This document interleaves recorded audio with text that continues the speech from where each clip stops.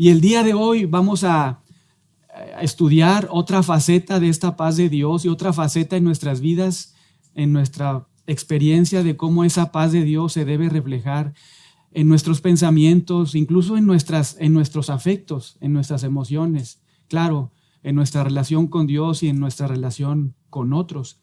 Y este estudio de esta mañana lo he titulado La paz divina protege tu mente y tus afectos. La paz divina, es decir, la paz de Dios, protege tu mente y tus afectos. Es una gran verdad. Dios está ahí con su paz protegiendo tu forma de pensar, incluso tus sentimientos, tus emociones. La paz de Dios te protege para honrarle, adorarle, tener siempre en cuenta y en tu mente esta reconciliación, esta paz que Dios logró a tu favor, pero también que tú debes practicar hacia otros. Y lo decíamos, comenzando con nuestra forma de buscar esa reconciliación de otros para con Dios, pero también buscando la reconciliación entre nosotros en función a cualquier conflicto que hemos estado atravesando como hermanos, como hijos de Dios. Y para abordar este estudio, quisiera que abran sus Biblias en Hechos capítulo 7. Hechos capítulo 7. Y quiero llevarlos ahí a Hechos capítulo 7 porque quiero que juntos observemos o recordemos, ¿verdad?, lo que sucedió con un personaje en particular, en este caso con la vida de Pablo. ¿Qué sucedió con él, con este hombre, cuando antes le conocían como Saulo, ¿verdad? No como Pablo, sino como Saulo. Ahí lo vamos a descubrir o lo vamos a recordar en Hechos capítulo 7, versos del 58 al 60. Aquí vamos a ver cómo era Pablo, Saulo, ¿verdad?, antes de venir a la salvación. Hechos 7, comenzando ahí en el 58. Pueden seguirme ahí con su vista, pero vamos a leer algunos versículos de esta porción. Vean ahí, Hechos 7, verso 58. Esta narrativa que encontramos aquí en Hechos 7, ustedes pueden ver hacia atrás en el comienzo del capítulo, es cuando Esteban fue muerto, ¿verdad? Fue martirizado, fue matado a pedradas. Pero vean lo que sucede en el verso 28, cómo sigue contando Lucas en su segundo tomo esta narrativa. Dice ahí, y echándole fuera de la ciudad, le apedrearon. A Esteban, ¿verdad? Echándole fuera de la ciudad, le apedrearon. Y los testigos pusieron sus ropas a los pies de un joven que se llamaba Saulo. ¿Qué significa esto? ¿Por qué a los pies de Saulo, verdad? Bueno, pareciera ser que Saulo era un personaje importante, alguien ante quien las demás personas le rendían cierta obediencia, ¿verdad? Por eso le ponen a Saulo las ropas en sus pies de esta persona, de Esteban, de este cristiano, este creyente, ¿verdad? Le echan fuera de la ciudad, le apedrean y ponen sus ropas a los pies de este joven, vean, joven que se llamaba Saulo. Y luego el 59 continúa y dice, y apedreaban a Esteban mientras, vean lo que invocaba Esteban, Señor Jesús, recibe mi espíritu. Y puesto de rodillas clamó a gran voz. Y vean lo que dice Esteban, teniendo a su alrededor a personas que lo estaban apedreando y teniendo como testigo al líder de esas personas que apedreaban, a Saulo, ¿verdad? Vean lo que dice, lo que clama, lo que grita este hombre. Señor, no les tomes en cuenta este pecado. Ese es el corazón de un hombre que fue pacificado con Dios, que recibió la paz de Dios por medio de Jesucristo, que creyó en Jesús como Señor y Salvador, que realmente esa tormenta en su interior que ocasionaba un conflicto entre Dios y él fue apaciguada por el amor de Dios, por la cruz de Cristo. Y entonces este hombre, cuando le están apedreando, como le decíamos la semana pasada, no es que levanta piedras y se venga, ¿verdad?, paga mal con mal, sino que grita y no grita, ¡ya paren!, sino que grita y se dirige al Señor y le dice, no les tomes en cuenta este pecado. Y esto es muy interesante. Es muy interesante porque el testigo, el líder que vemos ahí de todos los que apedrean a Esteban es Saulo. Saulo. Y vean cómo concluye ahí, y viendo dicho esto, durmió. Pero luego añade algo más Lucas, vean el capítulo 8. Y Saulo consentía en su muerte. En aquel día hubo una gran persecución contra la iglesia que estaba en Jerusalén y todos fueron esparcidos por las tierras de Judea y de Samaria, salvo los apóstoles. Y hombres piadosos llevaron a enterrar a Esteban e hicieron gran llanto sobre él. Y vean el 3. Saulo asolaba a la iglesia. Y este hombre dice, entrando casa por casa, arrastraba, literalmente, ¿verdad? Jaloneaba y los arrastraba a hombres y mujeres y los entregaba a la cárcel. Ese era Saulo.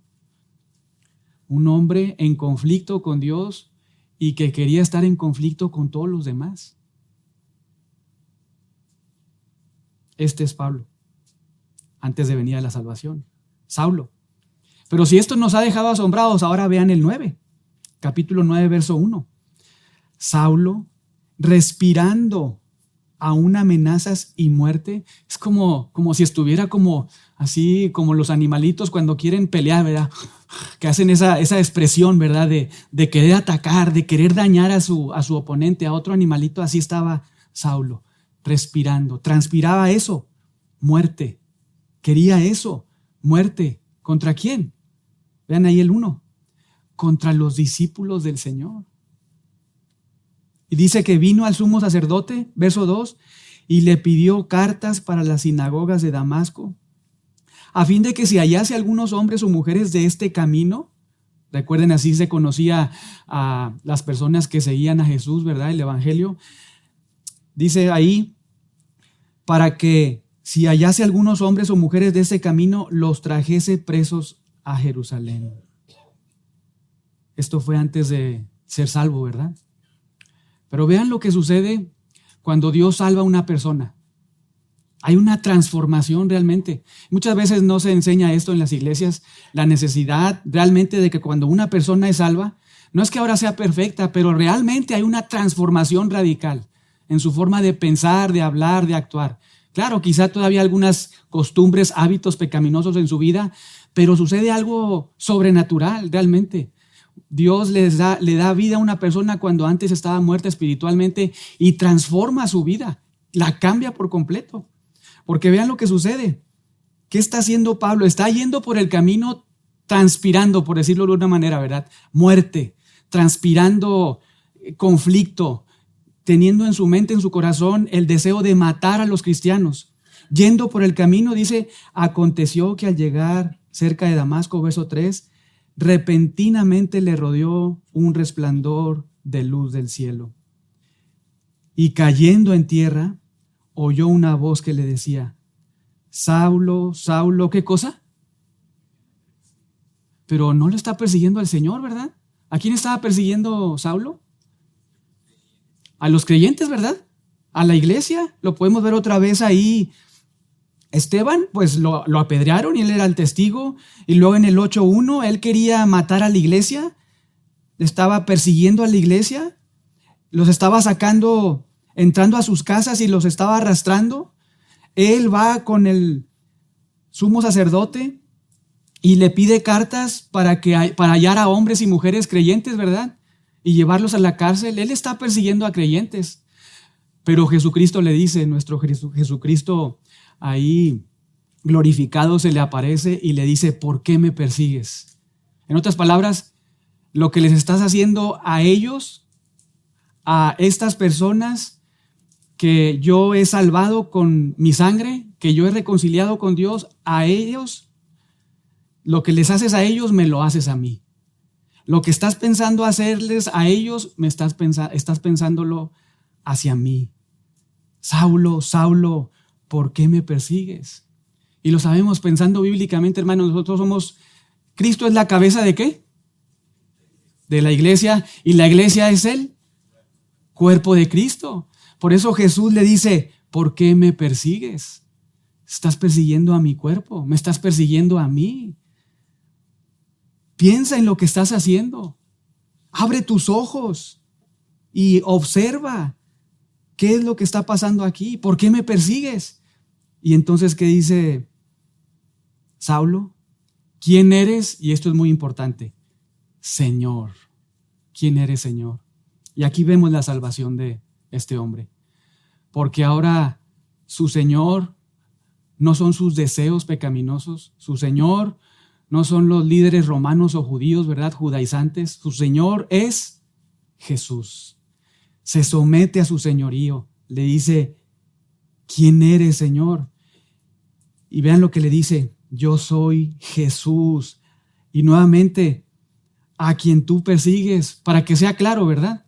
¿Estás persiguiendo a los cristianos? ¿Me estás persiguiendo a mí? ¿Estás matándolos? ¿Estás queriendo matarme a mí? ¿Estás dañándolos? ¿Me estás dañando a mí? ¿Por qué haces eso? Yo soy Jesús a quien tú persigues. Dura cosa te es dar coces contra el aguijón. ¿Y qué pasa con Saulo? Bueno, este hombre, como toda persona que Dios salva, se humilla. Tiene un temor reverente profundo. No es que está ahí todo irreverente delante de Dios, no. Dice que temblando y temeroso una vez más, vean cómo le dice, Señor. Y aquí está otra evidencia de su salvación. ¿Qué quieres que yo haga? ¿Qué quieres que yo haga? Dime qué es lo que tú quieres que yo haga y eso voy a hacer. Porque tú eres mi Señor y yo soy tu esclavo. Ya no estoy esclavizado al pecado. Ya no recibo órdenes de otros hombres, de otras personas. Ahora recibo órdenes de ti. Soy tu esclavo, tú eres mi Señor. Habla y yo voy a obedecer. Dirígeme y yo voy a caminar en tu dirección. Ya no voy a dañar a tu iglesia. Ya no te voy a dañar a ti. Vean esa transformación de una persona que está yendo por un camino para seguir pecando bien feo y Dios interviene en su vida. Podemos pensar, abre sus ojos, le da vida y entonces entendimiento y Él escucha su palabra, escucha la palabra de Cristo. Ahora nosotros no necesitamos ni andamos buscando voces audibles, ¿verdad? Visiones como acá cuando Dios todavía estaba dando revelación. Pero tenemos toda la palabra de Dios, todo el consejo de Dios acá. Y salva a Dios de la misma manera. Aun y cuando podamos pensar en una persona es muy rebelde, es muy pecadora, se le ha predicado muchas veces, enseñado muchas veces. Sí, pero cuando Dios quiere salvar a alguien, no importa cuántas veces se le haya hablado, no importa cuántas veces haya negado, no importa cuántas veces haya hecho daño a Cristo, a la palabra de Cristo, a otros. Si Dios quiere salvarle, lo va a salvar en un momento. Le va a abrir su corazón y su entendimiento. Esto, hermanos, debe animarnos mucho en nuestras vidas, porque probablemente tenemos en nuestra casa, en nuestra familia, amigos, personas que no son salvos. No te desanimes, no te desanimas. Tú no eres Dios para salvarles, ni tampoco eres Dios para condenarles. No eres Dios para saber si Él le va a salvar o no. Eso es prerrogativa de Dios, ¿verdad? Pero sí debemos de estar orando mucho, pidiéndole al Señor misericordia, sálvale, abre sus ojos y creer en la suficiencia de la palabra de Dios, porque aquí vemos la suficiencia de la palabra de Cristo, ¿no es cierto? Saulo escucha a Cristo y solo a Cristo y Cristo le salva. Sigue hablándole el evangelio a las personas que más amas y que no son salvas, porque si Dios quiere, los va a salvar. Dios les va a salvar. Pero vean, lo que quiero subrayar además de estas cosas es esta transformación de un hombre muy rebelde, muy pecador, que quería matar a todos los cristianos, que estaba en conflicto con Dios y en conflicto con otros y él no deseaba estar en paz con Dios, no anhelaba estar bien con Cristo, no deseaba estar en paz con los demás, ¿verdad? Él deseaba estar en conflicto, estar en guerra, le gustaba eso. Pero cuando Dios le salva, le reconcilia con Él y le hace una persona, un agente reconciliador. Porque vean lo que señala más tarde ahora en Segunda de Corintios. Segunda de Corintios, no solamente refiriéndose a Él mismo, sino a todos los que Dios salva. Segunda de Corintios, segunda carta a los Corintios, capítulo 5, versos del 17 al 20. Segunda carta a los Corintios, capítulo 5, comenzando en el verso 17.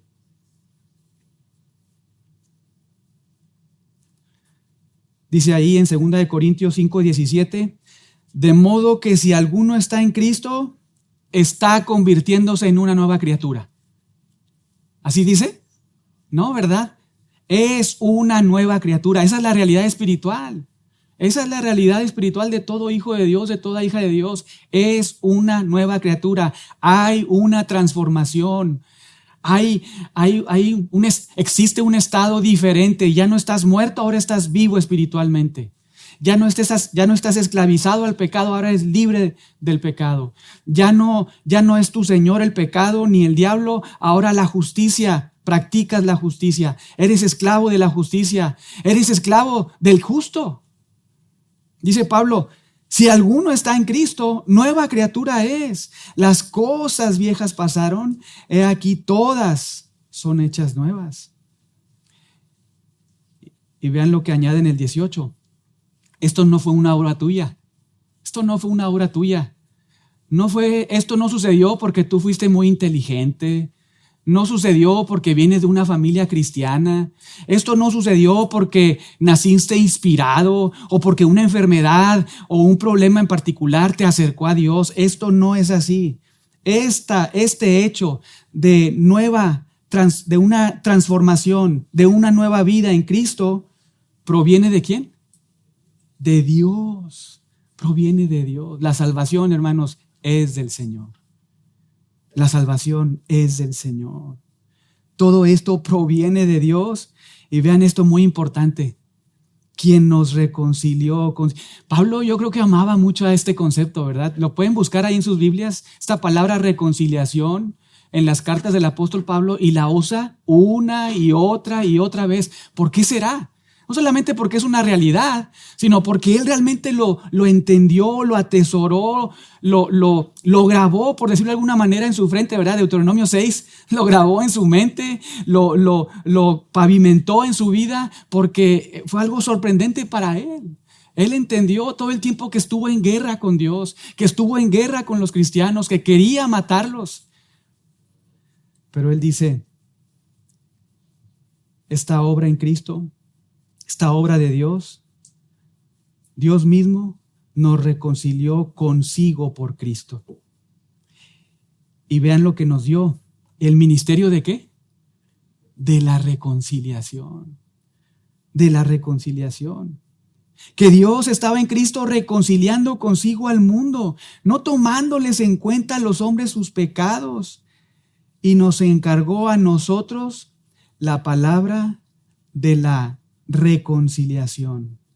Así que somos embajadores en nombre de Cristo, como si Dios rogase por medio de nosotros. Os rogamos en nombre de Cristo, reconciliados con Dios. ¿Cuántas veces repite esta palabra, verdad? Ahí mismo podemos verlo simplemente en estos versos. Reconciliación, reconciliados, reconciliación. Muchas veces. Porque una vez más Pablo tenía grabado en su corazón, hermanos, había estado tan impactado de esta obra de reconciliación de Dios a su vida, que cuando tenía oportunidad lo lanzaba en sus escritos, ¿verdad? Ahí los escribía y lo dirigía a los hermanos en la iglesia. Nosotros ahora somos reconciliados con Dios porque Él así quiso por Cristo. Y ahora nosotros somos llamados a ser personas que están en este ministerio de la reconciliación. ¿Qué quiere decir eso? Pues como recordábamos ahí en Romanos 10, que debemos de ser muy activos al estar buscando que otros también sean reconciliados con Dios como nosotros, ¿verdad? Buscando oportunidades, orando al Señor, por favor, Padre, ayúdame a tener esas oportunidades en mi trabajo, en la escuela, con mi familia, en cualquier lugar donde estoy. Por favor, ábreme esas oportunidades para hablar de ti. Dame el valor. Hazme recordar tu palabra para estar ahí evangelizando, para estarle hablando a otros de este gran amor y reconciliación. Porque Dios es como, dice Pablo, es como si rogase por medio de nosotros, reconcíliense conmigo. Vean ¿por qué? Porque Dios no nos está tomando, Dios no desea, en el momento de que está reconciliando a las personas consigo mismo, Él no viene cuando está haciendo esa obra de reconciliación, no viene a acusar nuestros pecados, ¿verdad? No viene a exhibirnos, a aplastarnos por todo lo malo que hicimos contra Él. Cuando Él está buscando esa reconciliación para con nosotros, al contrario, Él viene y cuando quiere hacer este acto de salvación, esta forma de reconciliación, Lo hace por medio de la sangre de Cristo, pero no aplastándonos por nuestro pecado, sino más bien levantándonos, ¿verdad? Y diciéndonos, mira, tus pecados que estaban en mi trono han sido levantados y quitados, llevados fuera. Esa es la obra de reconciliación de Dios. Impresionante, impresionante. Y ahora nosotros somos llamados a que muchos disfruten esto, ¿verdad? Esta reconciliación, primero de forma vertical entre Dios y los hombres, pero también en forma horizontal, que es lo que hemos estado estudiando, que todo este entendimiento es la base o simiente, para entonces ahora nosotros buscar reconciliación entre nosotros, buscar paz entre nosotros, buscar ser muy humildes y no orgullosos, ¿verdad? Buscar siempre perdonar y pedir perdón, resolver cualquier situación. Y esto lo vemos de manera muy especial ahora en otra carta que vamos a estudiar por unos minutos, los siguientes que nos quedan. La carta que Pablo escribió a la iglesia en Filipos. Vayan ahí a Filipenses. Filipenses.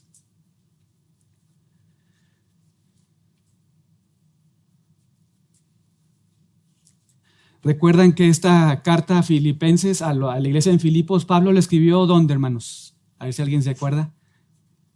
En la cárcel, ¿verdad? Estaba ahí en prisiones, lo recordábamos la vez anterior. Colosenses, Efesios, Filipenses, Colosenses, Filemón, cartas escritas por el apóstol Pablo desde la cárcel. Y de manera muy bella, como recordábamos también la semana pasada, Pablo siendo un hombre saturado, ¿verdad?, por la gracia de Dios, maravillado por la paz de Dios que logró Dios por medio de Jesucristo. Desde el principio saluda, no, hola, ¿cómo están?, ¿verdad? Deseo que estén bien, sino saluda de una manera muy intencional.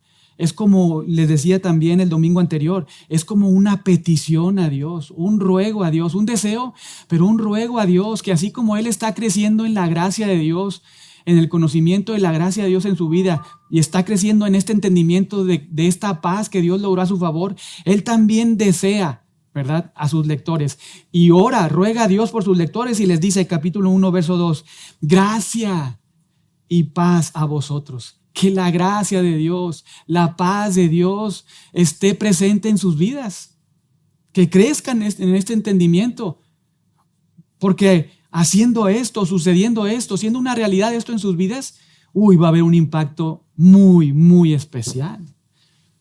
Por eso les dice, gracia y paz a vosotros, de Dios nuestro Padre y del Señor Jesucristo. Y después de esto desarrolla toda su carta, escribe varias cosas y nos encontramos después ahora en el capítulo 4. Den una vuelta ahí a sus hojas hasta el capítulo 4 y vean aquí en esta sección qué es lo que dice. Capítulo 4, Filipenses capítulo 4. Así que, hermanos míos, amados y deseados, gozo y corona mía, y aquí hay un mandato, hermanos. Esto es una orden, esto es un imperativo.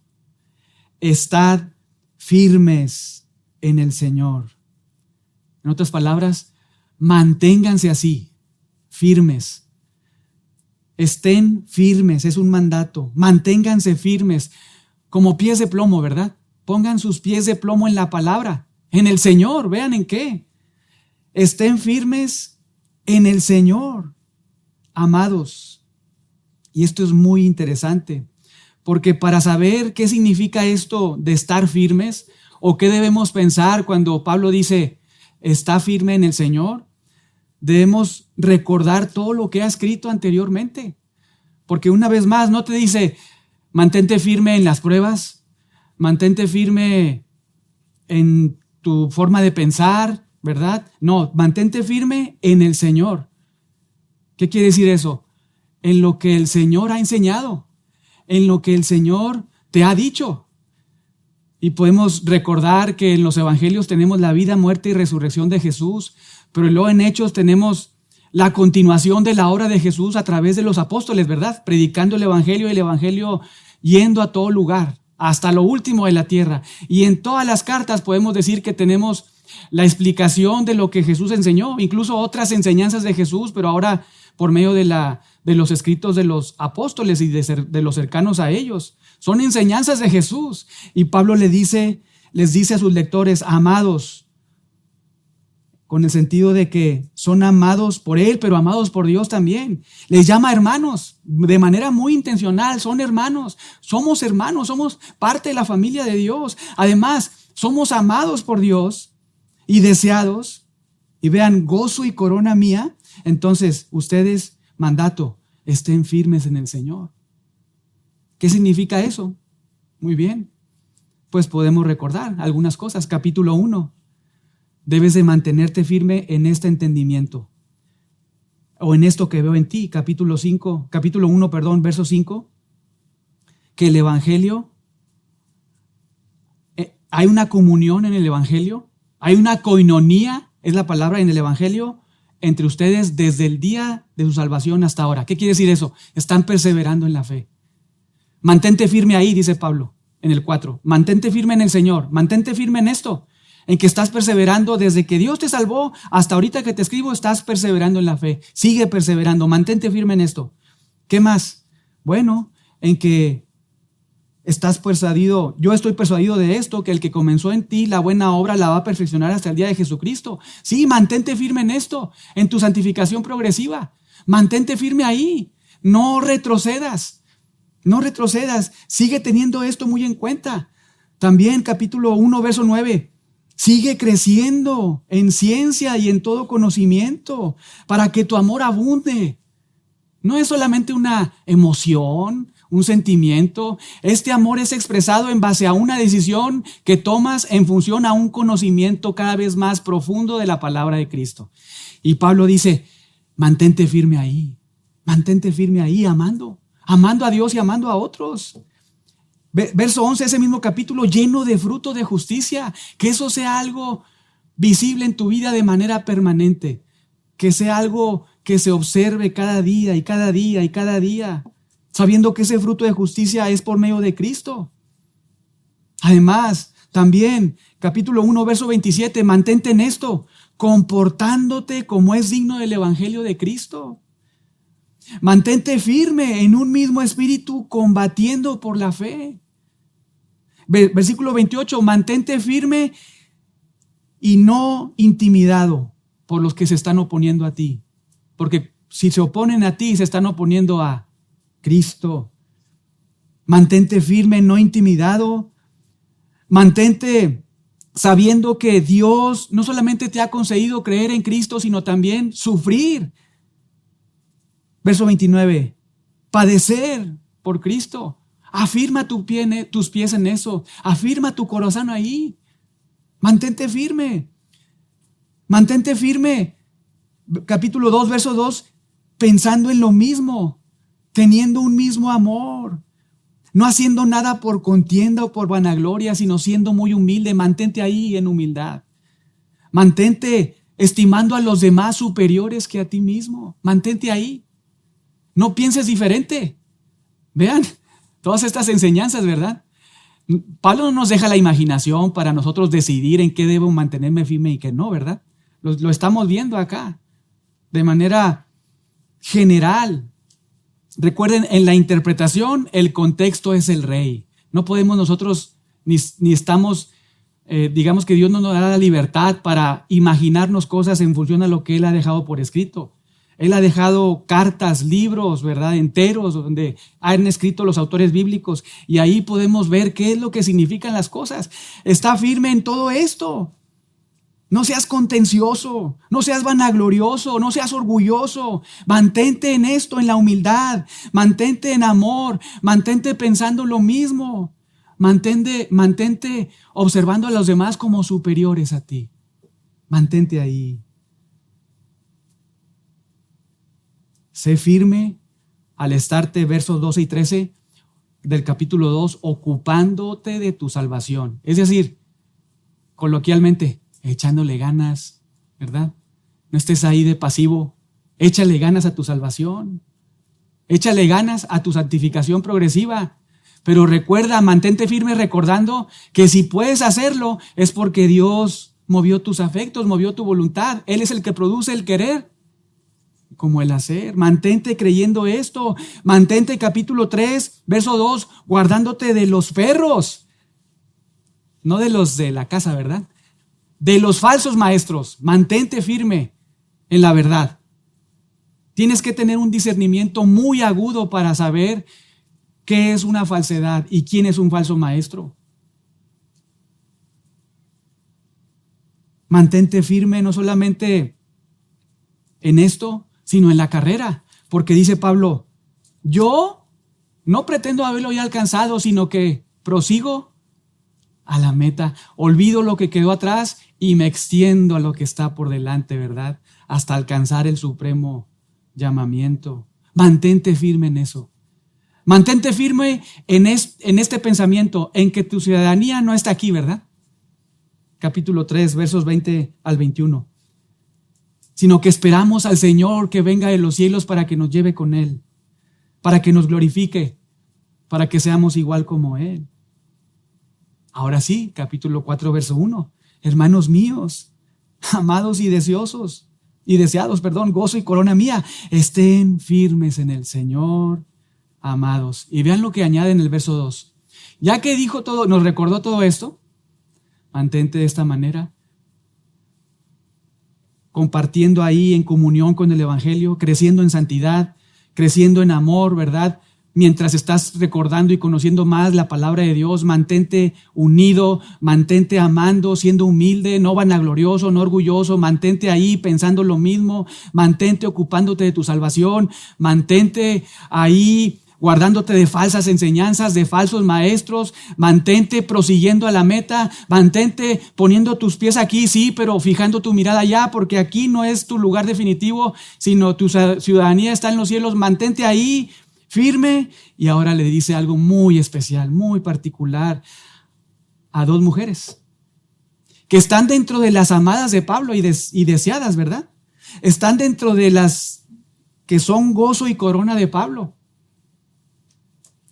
Así, verso 2, ruego a Evodia y Síntique que sean de un mismo sentir. Y la idea es en un mismo pensamiento. Y otra vez repite la misma frase, así como lo dijo allá, estad firmes en el Señor, dice, ¿tienen este mismo sentir? ¿En qué? En el Señor. ¿Qué significa eso? Tiene que tener un significado, ¿verdad? Y una vez más, contextual. No en base a nuestra imaginación, lo que nuestra experiencia nos dicta por años, ¿verdad? En las iglesias, no. Lo que Pablo escribió. Mantente ahí de esta manera, firme en el Señor. Ten este mismo pensamiento en el Señor. Ustedes dos mujeres que están ahí todas conflictuadas, que por decirlo de alguna manera probablemente le ocasionaban dolores de cabeza, ¿verdad? A Pablo. Ay, no, ¿cómo puede ser esto? Ver a estas dos mujeres ahí todas peleadas, todas enemistadas, no puede ser. Pero les dice Pablo otra vez, verso 2, ruego, es un ruego, ¿verdad? Y el vocablo ahí es paracaleo. Es como, este paracaleo nos recuerda al Paracleto, ¿verdad? El Espíritu Santo. Es como si Pablo estuviera diciendo, mira, es como si yo estuviera ahí contigo, Evodia y Síntique, a tu lado para decirte esto.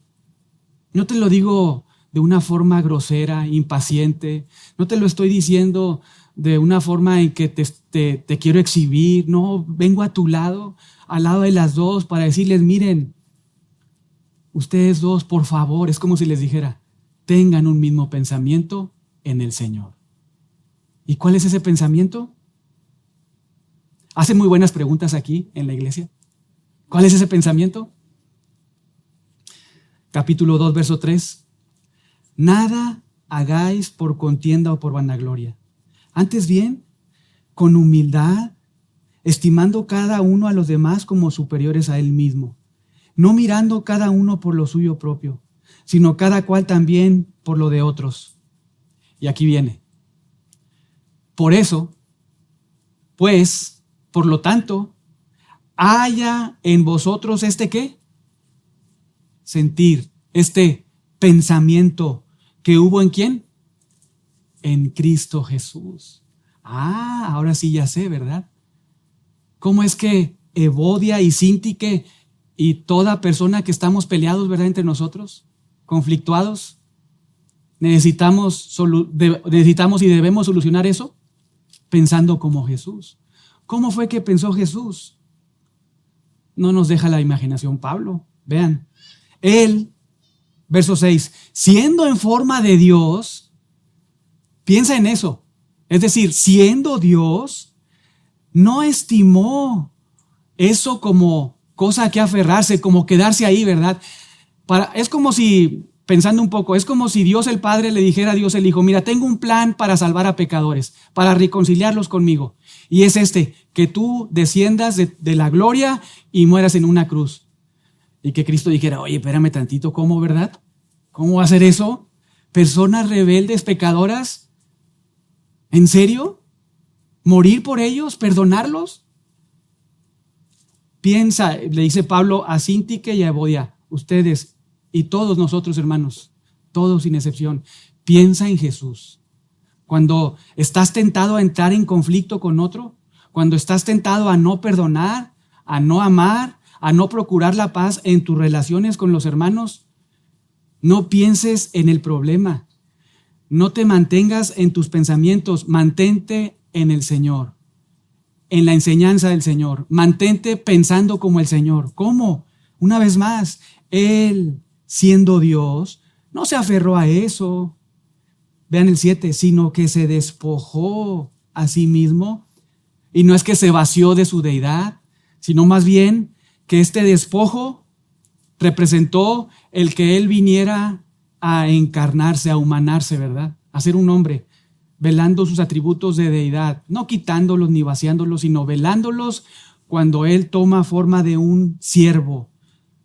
Y vean, muy, muy interesante, ¿verdad? En lugar de decir hombre, dice siervo. ¿Por qué? Porque Jesús vino a servirnos a nosotros que estábamos emproblemados con Dios, ¿verdad? Vino a servirnos en el mayor servicio que necesitábamos, reconciliarnos con Dios. Pablo le dice a Evodia y Síntique que debes de tener este mismo pensamiento que el Señor. Debe ser una característica en tu vida. Pensar como el Señor. ¿Y cómo se ve eso en nosotros, verdad? Nosotros no somos Dios para aferrarnos a ser Dios, ¿verdad? Pero sí nos aferramos muchas veces a nuestro orgullo. Nos aferramos muchas veces a nuestra falta de perdón, a nuestra impaciencia. Nos aferramos mucho y no queremos. Nosotros pensamos, no, ¿cómo me voy a rebajar? ¿Cómo voy a hacer eso? Cuando estamos totalmente rebajados, ¿verdad? Estamos totalmente, hermanos, si hoy disfrutamos de vida nueva, si hoy disfrutamos de una transformación, si hoy disfrutamos de la presencia de Dios por medio del Espíritu Santo habitando en nosotros, no es por nosotros, es por pura gracia y misericordia. Y a veces uno piensa, ¿cómo me voy a humillar? ¿Cómo voy a hacer eso si yo no le hice nada? Ella me hizo esto. Él me hizo esto ahí en la casa, ahí en la iglesia, en el trabajo. No, yo no voy a hacer eso. Y Pablo nos dice, piensa en Cristo, piensa como Cristo, que no se aferró a su gloria, ¿verdad? Sino que se humilló y tomó forma humana, vino a servirnos, a ser un hombre. Y estando en esa condición, no solamente hizo eso, no solamente se humanó, sino estando en esa condición de plena humanidad, se humilló. ¿Cuál fue esa humillación de Cristo? No fue buscar a una persona para perdonarla, no fue a pedir perdón, ¿verdad? Como nosotros somos llamados. La forma en que Él se humilló es que fue a la cruz. Vean, se humilló a sí mismo, haciéndose obediente hasta la muerte y muerte de cruz. Como les hacía pensar la semana pasada, ¿qué es lo que te puede costar buscar la reconciliación con tu hermano o tu hermana en Cristo? ¿Aplastar tu orgullo? ¡Qué bueno! ¿Dejar a un lado esos rencores que ya tienen semanas, meses, años? Eso es lo que Dios quiere. Te está haciendo pensar en Jesús. Ve, Él es el más alto ejemplo, ¿verdad? Él es nuestro Señor y Salvador, Rey. Pero Él es nuestro gran ejemplo, nuestro más grande ejemplo. ¿Piensas tú que el que alguien pisotee tu orgullo Es lo peor que puedes experimentar, que alguien piense o hable cosas mal de ti porque tú estás buscando la reconciliación, a lo mejor tachándote de débil. Piensa en Jesús, piensa en lo que Él hizo. Siendo Dios, dejó su gloria y vino y se humilló para servirte y salvarte, reconciliarte con Dios. Y una vez más, eso le dice a dos mujeres. Vean ahí, verso 2. Ruego a Evodia y Síntique que sean de un mismo pensamiento en el Señor. En el Señor. Y luego le dice a otro que le ayude, ¿verdad? Les ayude a estas mujeres. Y esto, hermanos, es la dinámica en la iglesia. Es Pablo escribiendo a dos mujeres, pero luego hablándole a otros para que ayuden en esta situación. Para que les ayude a pensar bíblicamente, les recuerde lo que Pablo está diciendo, ¿verdad? Pablo escribe a la iglesia en Filipos en general y se dirige de manera particular a dos mujeres, pero luego le dice a un hombre, mira, tú necesitas ir ahí. Es como si nos dijera a nosotros también, ¿verdad? Tú que estás ahí en la vida de la iglesia y de repente ves ahí algunos hermanos que están conflictuados, es como si nos dijera Dios a nosotros también, ve tú con mucha humildad, con mucha mansedumbre, con mucho amor y paciencia, a preguntar qué está pasando ahí, animarles a pensar como Cristo. No te juntes con los conflictuados, ¿verdad? Para decir, sí, a mí me hizo esto también. No, hombre, no lo perdones. No, ¿qué pasó ahí? No. No es eso, ¿verdad? No es eso. Seguramente porque escribe esto de manera muy particular.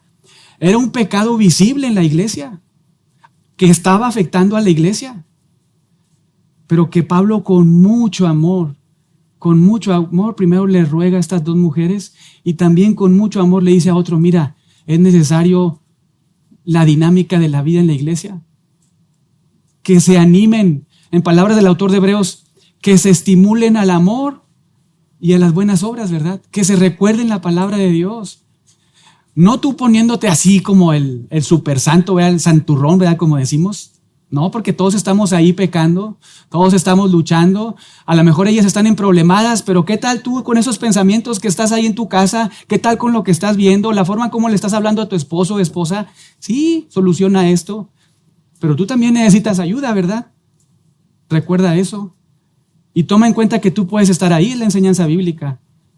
Gálatas 6. Los más fuertes vayan con los más débiles pensando que tú puedes estar ahí, siendo muy manso y humilde. Entonces esta paz de Dios que Él nos regaló por medio de el más alto precio, Cristo Jesús, su sangre, protege tu mente, protege tus emociones, tus afectos, porque a veces cuando estamos ahí en estos problemas, reaccionamos en función a nuestras emociones, a lo que yo siento, no a lo que pienso. Por eso Dios en toda la Biblia muchas veces nos subraya la necesidad de pensar, no de sentir, de pensar. De hecho, el amor que se describe ahí en 1 Corintios 13 es muy activo en función a un entendimiento, a un conocimiento, no a una emoción. Y esto es lindísimo, hermanos, porque vas a poder, como dice Pablo, olvidar lo pasado, bueno o malo. Vas a poder proseguir a la meta. Vas a poder seguir corriendo la carrera, prosiguiendo al blanco. Vas a poder seguir creciendo en tu santificación progresiva en la medida en que estés pensando en Cristo y en la palabra de Cristo. Atesorando en tu corazón la paz de Dios, la reconciliación con Dios, para entonces de manera muy activa, rápido ir y solucionar cualquier problema, cualquier conflicto con otros creyentes, con otros cristianos. Se nos está acabando el tiempo. Qué triste. Para mí y para ustedes quizás ya quieren el cafecito, ¿verdad? Pero vean, simplemente subrayándoles algunas cosas. Del versículo 4 hasta el 9. Es otro mandato. Regocíjate y otra vez en el Señor. No es que las pruebas nos causen regocijo. ¿A quién le causa regocijo una prueba? Siendo honestos, quizá haya alguno que diga, no, yo me gozo mucho en las pruebas, ¿verdad? En las enfermedades, estoy muy alegre. Pues está bien, ¿verdad? Gloria a Dios, qué bueno. Pero yo no me regocijo en las pruebas, no me regocijo en las adversidades, no me gozo ahí. Si me gozo en algo, es en el Señor. Y eso me ayuda a atravesar la prueba. Aunque estoy ahí muy triste por la pérdida de un ser querido, aunque estoy muy adolorido por la enfermedad que me aqueja, aunque siento mi vida pisoteada por tanto daño que me han hecho, estoy ahí, pero puedo regocijarme cuando pienso en el Señor, cuando pienso en su obra en mi vida, cuando sé que Él me sostiene, cuando sé que Él me ayuda y me protege. Por eso dice Pablo, regocíjate en el Señor. Regocíjate en el Señor siempre. Y lo repite, ¿verdad? Otra vez digo, regocijaos en el Señor, ¿verdad? Y vean el 5, vuestra gentileza, que también puede traducirse vuestra amabilidad, vuestra gentileza, vuestra amabilidad. Y vean qué contexto lo dice, ¿verdad? En un contexto donde dos mujeres pues no estaban siendo nada gentiles entre ellas, ¿verdad? Nada amables entre ellas. Pero Pablo dice, dirigiéndose a todos, la gentileza de ustedes, la amabilidad de ustedes sea conocida de todos los hombres, sin excepción. No solamente en la iglesia, sino fuera de la iglesia. Que sea algo palpable, que cuando te vean no digan, no hombre, este David siempre ni dan ganas de ir a platicar con él, porque siempre saca algo para criticar, siempre sale algo para murmurar, siempre sale algo para atacar a otros. Siempre en sus conversaciones está eso. No, dice Pablo, que tu amabilidad, tu gentileza sea conocida no solamente por el pastor, no solamente por los líderes, no solamente por tus hermanos más cercanos, ¿verdad? En la iglesia, por todos los hombres. Que todos los hombres vean tu vida caracterizada por la gentileza y la amabilidad.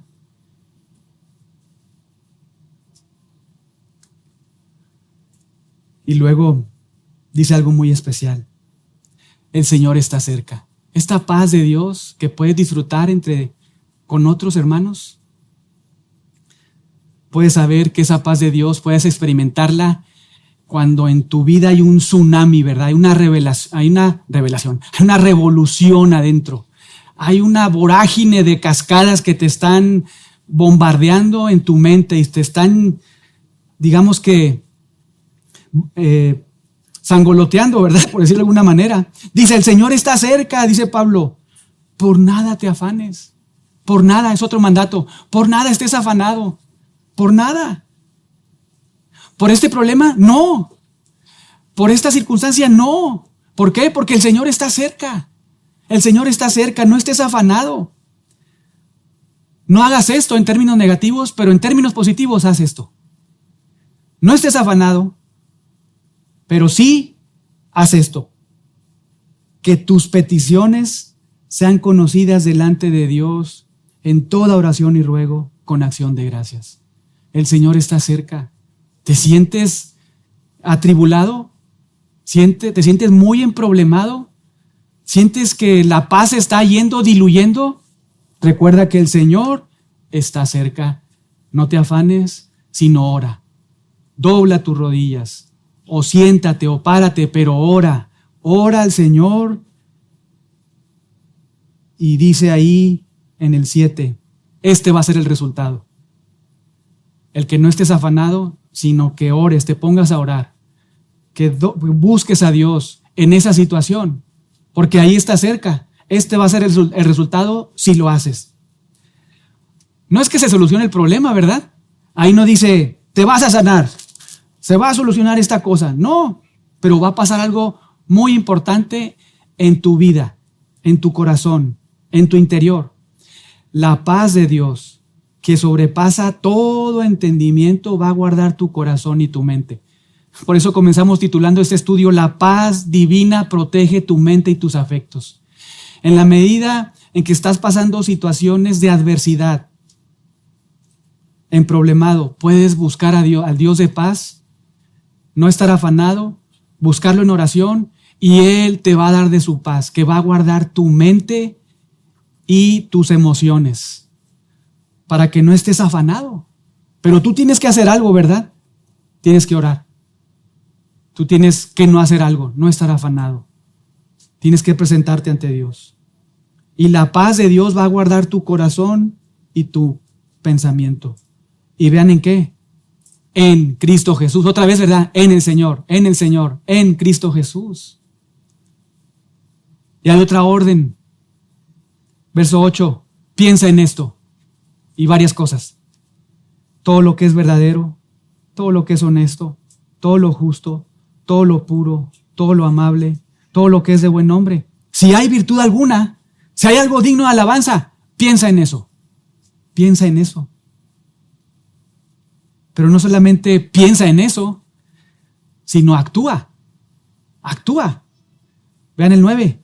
Lo que aprendisteis y recibisteis y oísteis y visteis de mí. Y la idea es que Pablo estuvo practicando, la dirección de su vida fue lo anterior. Él buscaba todo lo verdadero, honesto, justo, puro, amable, lo que es de buen nombre y virtud. Si hay algo de virtud alguna, piensa en esto. Y Pablo dice, yo estoy ahí, imítame a mí. Porque lo que aprendisteis, recibisteis y oísteis, pero sobre todo visteis en mí, entonces tú ahora hazlo, imítalo. Y va a suceder algo. El Dios de paz estará contigo en ese momento, en esa circunstancia. Vean cómo la paz de Dios, hermanos, nos ayuda a atesorar mucho en nuestro corazón, en nuestra vida, esa obra de reconciliación. Es ese acto tan bello, amoroso, incomparable que nadie podía hacer de pacificarnos con Dios, Cristo, al morir en la cruz. Vean cómo Él dejó su gloria, vino a servirnos, ¿verdad? Vean cómo Él se humilló y murió en una cruz, siendo obediente. Vean ese pensamiento que nunca menguó en Cristo. Pensó eso perfectamente toda su vida. Nosotros no estamos ahí, ¿verdad? A veces nuestro pensamiento está ahí, arriba, abajo. Pero en esta situación, que esta obra de Dios en tu vida te ayude, te motive mucho. Si estás ahí como Evodia o Síntique, o eres un Evodio o Síntico, para que estés ahí pensando como el Señor, para que estés ahí. Si estás angustiado, si no hay paz en ti por problemas, enfermedades, situaciones, yo no sé, tantas cosas que uno sufre en este mundo, ¿verdad? Muchas cosas. El Señor está cerca. Dios te viene a decir, el Señor está cerca y Él está dispuesto como Dios de paz ahora a ti, no solamente pacificarte en su corte judicial, sino que experimentes la paz, no que te estés riendo ahí a carcajadas en los problemas, sino que experimentes la paz en esos problemas. Que la paz de Dios realmente, como decía Colosenses 3, Pablo, ¿verdad? Que la paz de Dios gobierne y controle tu vida. En la medida en que tú estás ahí pensando en esto, ¿verdad? Orando a Dios, pensando en todo lo bueno, pero sobre todo actuando a la luz de esto. Esta debe ser nuestra vida. Hermanos, la vida en conflicto en las iglesias, las divisiones, no es lo bueno, no es lo bonito, no es lo normal. Eso no es lo normal, eso es lo anormal. Lo normal es esto: amarnos, ser humildes, ver a los otros como superiores a nosotros, perdonarnos, reconciliarnos. Lo normal no es estar atribulado, todo tumbado, ¿verdad? Por las circunstancias, todo saturado por las emociones, esclavizado por las emociones, no. Lo normal para un hijo de Dios es orar a Dios y no estar afanado, experimentar la paz de Dios. Eso es lo normal. Pero para eso, para alcanzar eso, necesitamos ser muy activos y no pasivos.